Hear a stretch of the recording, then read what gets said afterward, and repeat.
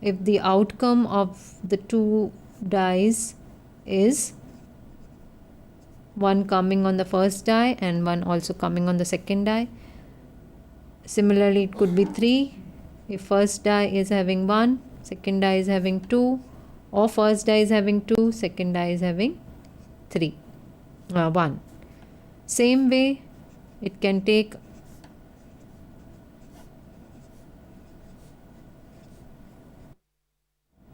I am writing down all the possibilities here. So once you have written down all these, we can compute the probability of each of this happening. How many total possible outcomes are there if 2 dice are rolled? 6 possibilities for the first die, and similarly 6 possibilities for the second die. So the total number of possible outcomes are 36. So the probability of happening of these different outcomes is, once you have written down all these probabilities, now it is similar to what we did earlier. We can compute the expected value of the random variable by just looking into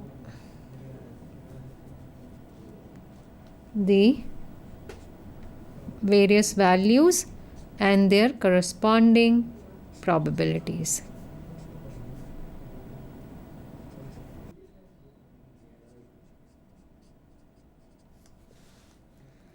So the total expected value is coming out to be, the expected value of this random variable is coming out to be 7.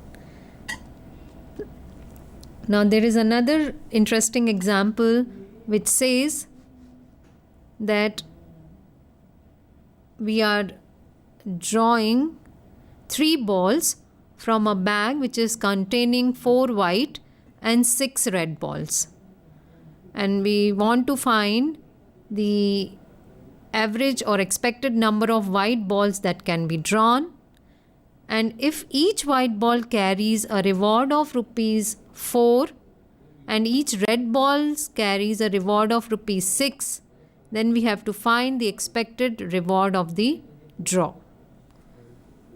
So in this case, my random experiment is,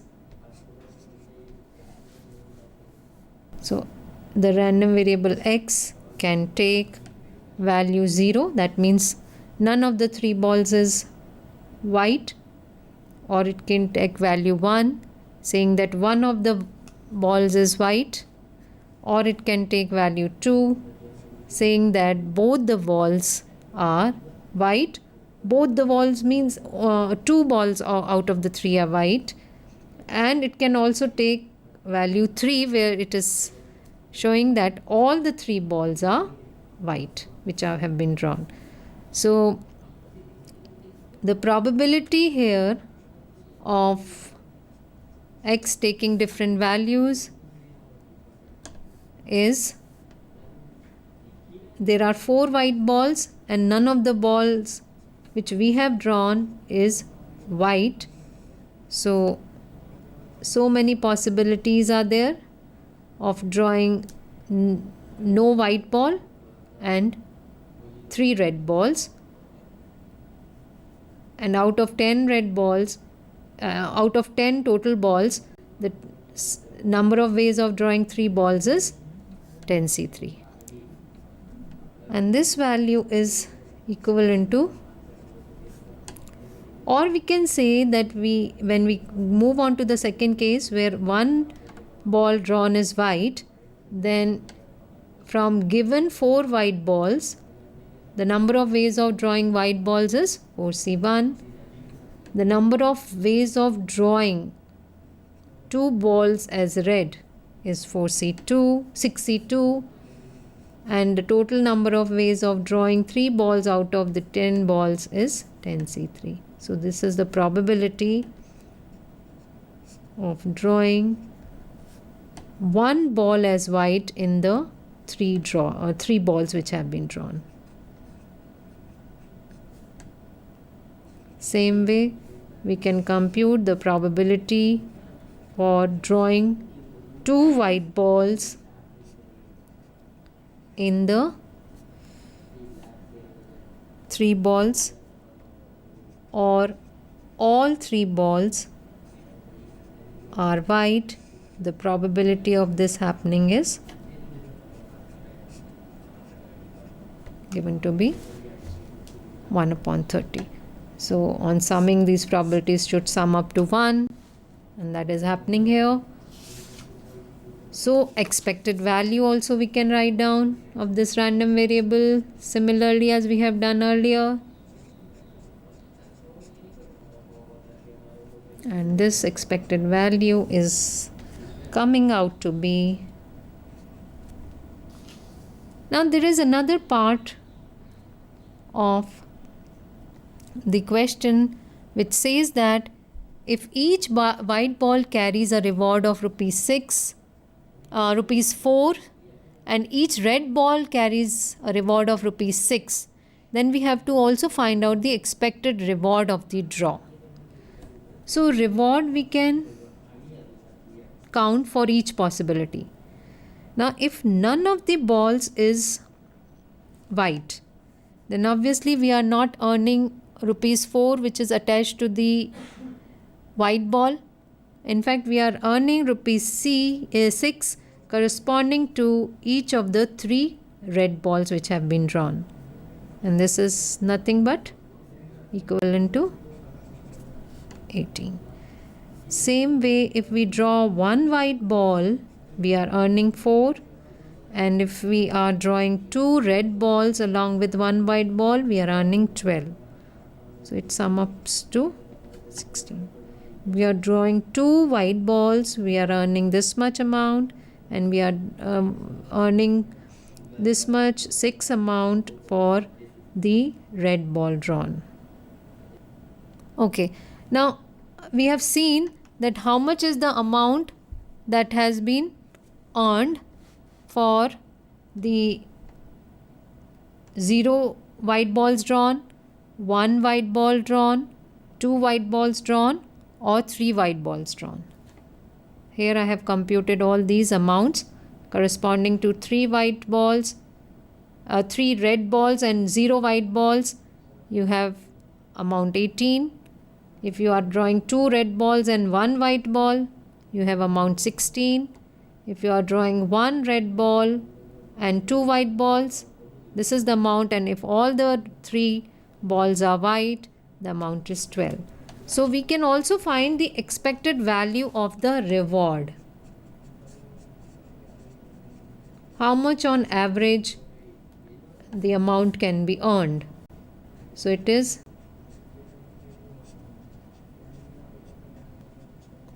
and this amount is equivalent to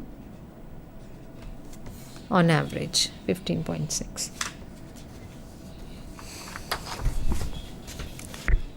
So what we talked about is what is an expected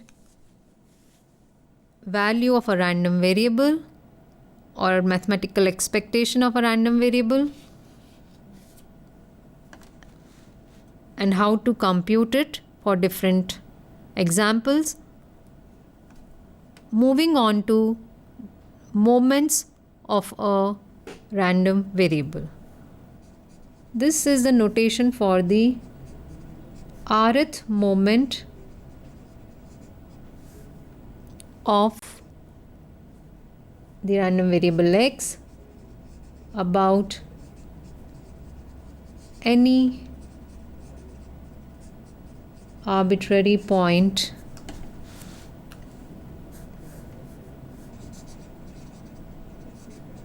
A. So if we want to know the first moment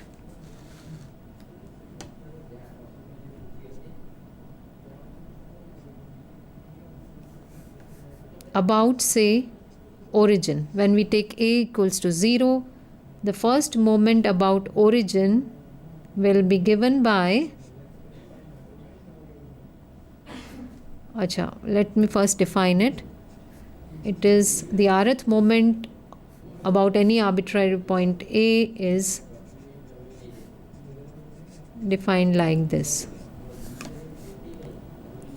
So if A is 0 and we want to know the first moment about A equals to 0. So A we are not considering. So this will be the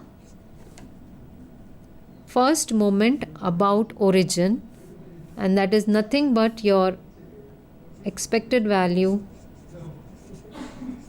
of the random variable, or we call it mean of the random variable.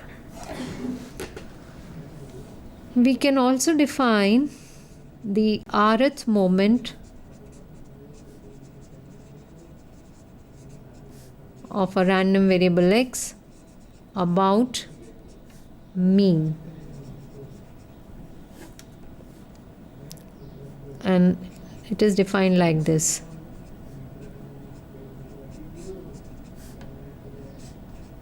So we are talking about the moments of a discrete random variable. That's why we are considering here the summation sign. And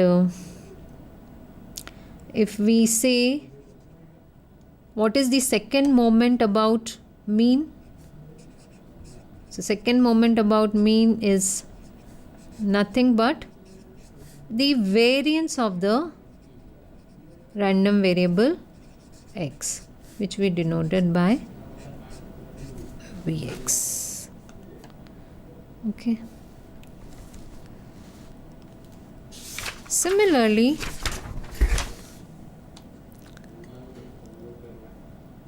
so as I have shown here, the mean is the first moment about origin and variance is the second moment about mean.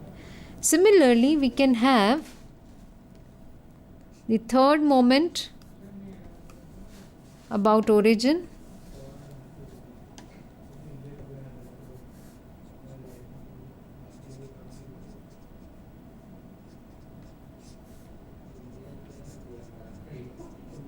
and also the fourth moment about origin.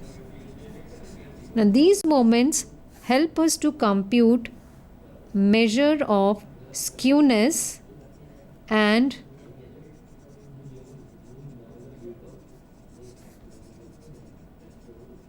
measure of kurtosis.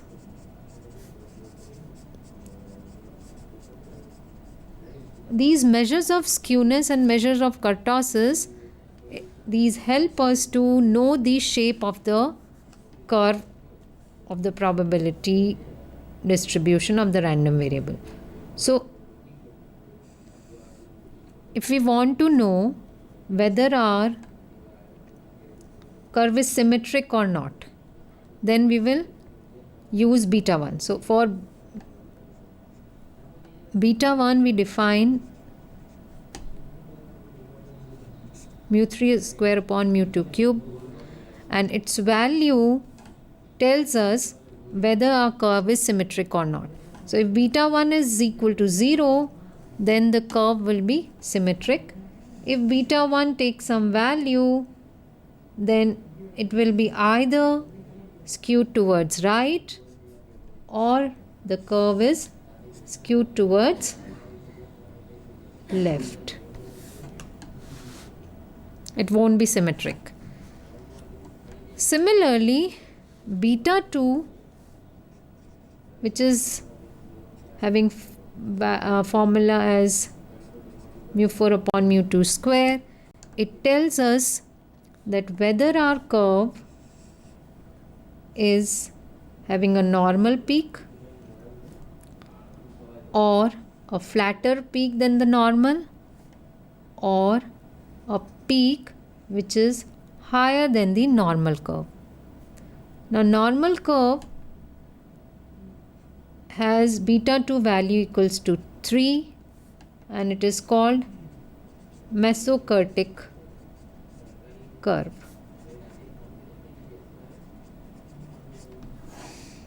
If beta 2 is less than 3, the peak of the curve is lesser than the normal curve and it is called platykurtic curve.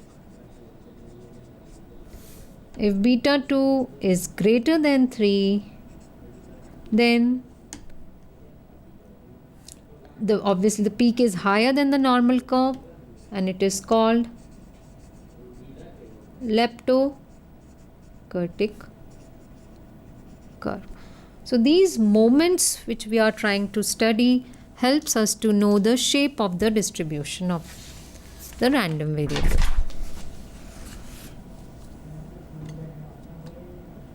Now if we want to know the moments of a continuous random variable, then it is beneficial just to replace the summation sign by the integration sign. All the formulas which we have just learned related to the discrete random variable, same formulas work for the continuous random variable only by replacing the summation sign with the integration sign.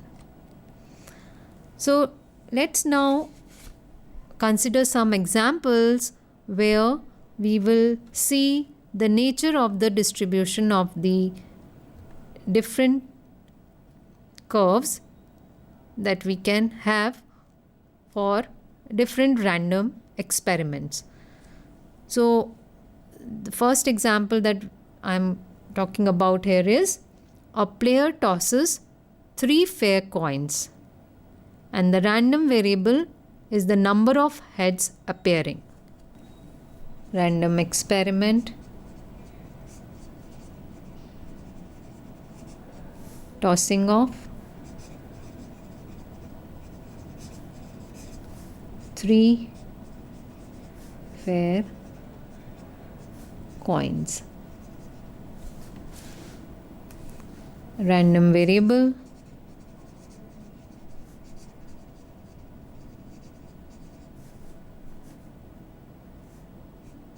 the number of heads appearing.